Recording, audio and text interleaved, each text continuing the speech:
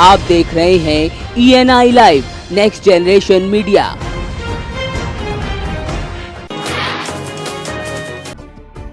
मिर्जापुर में सरसों के तेल की एजेंसी पर पुलिस ने छापा मारकर हजारों लीटर सरसों का तेल बरामद किया। तो यहां से कई ब्रांडों के तेल के साथ रैपर व पैकिंग मशीन भी बरामद की गई। अब खाद्यान्न विभाग ने सभी तेलों का सैंपल भरा है, तो वहीं गोदाम को सीज किया है।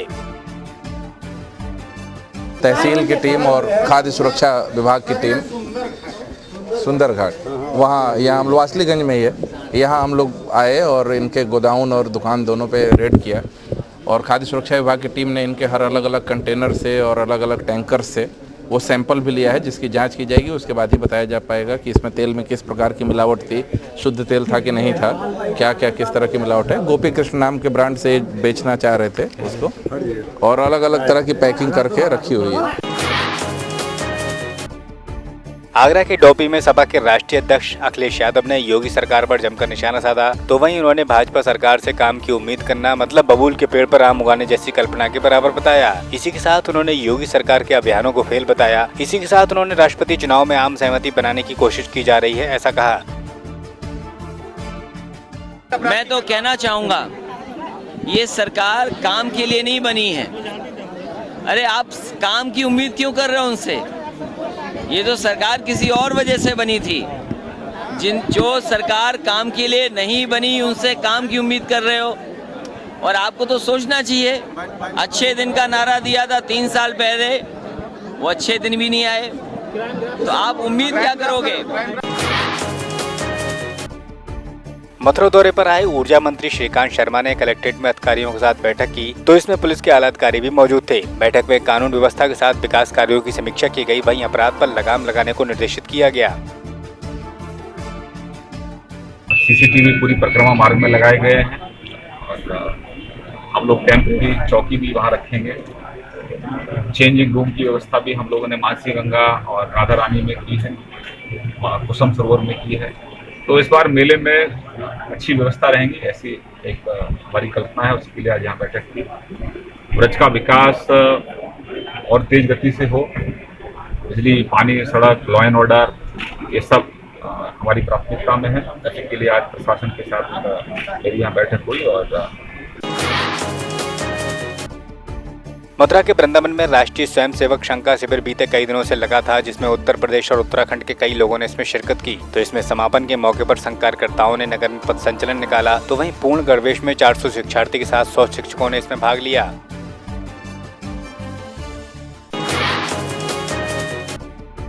मथुरा के थाना रिफाइनरी पुलिस ने अंतर्राज्यीय ट्रैक्टर चोरी करने वाले गिरोह के 2 बदमाशों को गिरफ्तार किया है। तो वहीं इनके पास से चोरी किया गया एक ट्रैक्टर व तमंचा चाकू बरामद हुए हैं।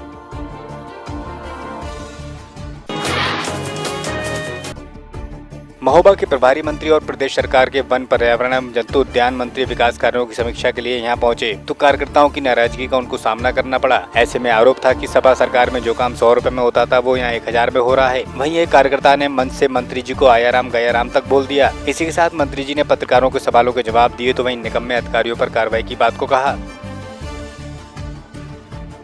अपने तमाम जो विभाग के लोग हैं, जितने भी डिपार्टमेंट, इसको चाहे पीडब्ल्यूडी इरिगेशन हो, चाहे जिला पंचायत हो, सारे मैं इसी समीक्षा करूंगा कि जो टारगेट हमारा था, लक्ष्य था, उसको कहां तक पूरा कर गए। और निश्चित रूप से जो भी अधिकारी उसमें कोताही बरतेगा, उस लक्ष्य जो निर्धारित किया गया, लक्ष्य दिया गया है, अगर उसमें कोई लापरवाही होगी तो निश्चित रूप से ऐसे अधिकारियों के खिलाफ सख्त से सख्त कार्रवाई भी की जाएगी। रामपुर कोतवाली के नैनीताल मार्ग स्थित तशका के पास मऊ से पेशी पर लौट रहा पुलिस वाहन अनियंत्रित होकर पलट गया और खाई में जा गिरा, जिसमें मुलजिम सहित 6 पुलिसकर्मी गंभीर रूप से घायल हो गए। तो उनको उपचार के लिए अस्पताल भेजा गया है। रामपुर में भूमाफियाओं के हौसले बुलंद होते जा रहे हैं। तो बिना डरे अब सरकारी काम में भी बाधा डाल रहे हैं। इसी के चलते पहाड़ी गांव में मौजूदा प्रधानपति जिलाधिकारी की अनुमति से सीसी रोड को दलवाने का काम कर रहे हैं। तो पूर्व प्रधान ने इस कार्य में बाधा पहुंचाते हुए इसको रुकवा दिया। वहीं मौके पर पहुंचे पुलिस ने काम शुरू करवाया। तो वहीं मौजूदा प्रधान का आरोप है कि उसको अपनी जान का खतरा है।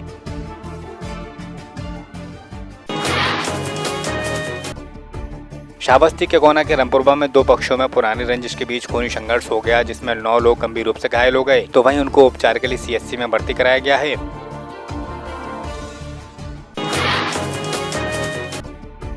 योगी सरकार के 15 जून तक सड़कों के गड्ढा मुक्त किए जाने के आदेश अब फेल हो गए हैं, जिसके चलते अब भी सड़कें जस की तस हैं। तो वहीं फतेहपुर में सड़क पर तमाम गड्ढे होने से जहां लोगों को दिक्कतें आती हैं, तो साथ ही एम्बुलेंस चालकों का भी बुरा हाल है, तो वहीं मरीज परेशान हैं।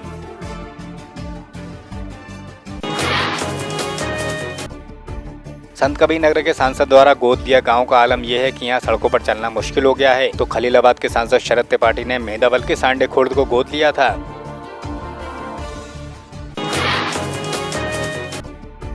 किसानों को सरकार द्वारा 8 घंटे बिजली दी जाने को लेकर अब किसानों में खुशी है। तो वहीं किसानों ने धान की फसल की बुआई भी शुरू कर दी है। इससे पहले बिजली न आने के चलते किसानों को दिक्कतें आ रही थीं। मोगा में बस स्टैंड के बाहर पत्रकार की बाइक चोरी हो गई। तो बताते हैं पत्रकार अखबार खरीद रहा था, तभी बाइक चोरी हो गई। तो ये घटना सीसीटीवी कैमरे में रिकॉर्ड हो गई। अब पुलिस ने मामला दर्ज कर पड़ताल शुरू की है।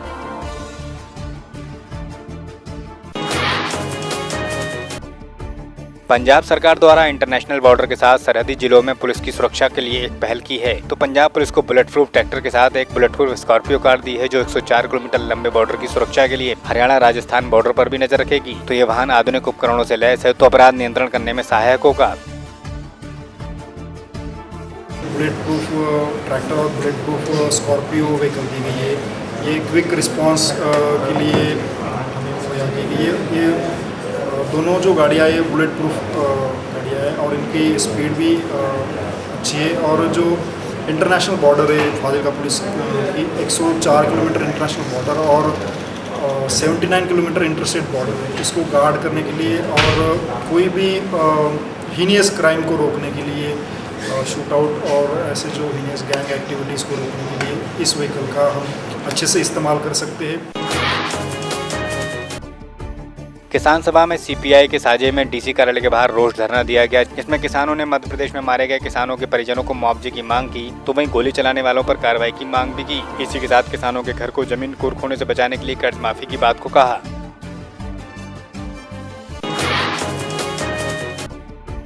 किसानों को आगे कर केवल कांग्रेस राजनीति करना चाहती है और देश को अस्थिरता के माहौल में धकेलने का प्रयास करती है, ऐसा दावा करते हुए केंद्रीय मंत्री स्मृति ईरानी ने कांग्रेस पर हमला बोला। तो वहीं ठाणे में सरकार के 3 साल के कामों को गिनाने वे एक आयोजन में शिरकत करने यहाँ पहुंची थीं।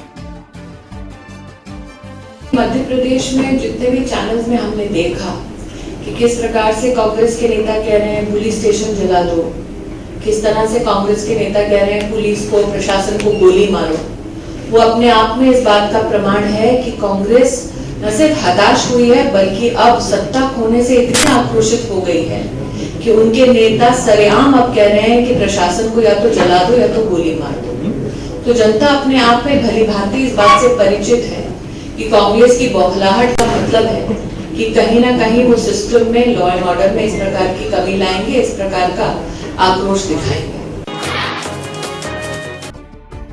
शिवनी के बंडोल के तिग्गा टोला के पास 2 किसानों को पता ही नहीं था कि उनकी जमीन को बैंक ऑफ महाराष्ट्र ने बंधक बना लिया और उनके 7 लाख रुपए की राशि को निकाल लिया गया। अब जब किसानों को उसकी जानकारी हुई तो उन्होंने बैंक में जाकर पड़ताल की, तो वहां उन्हें धमकी देकर बाहर निकाल दिया गया। अब ऐसे में किसान इंसाफ की गुहार लगा रहे हैं।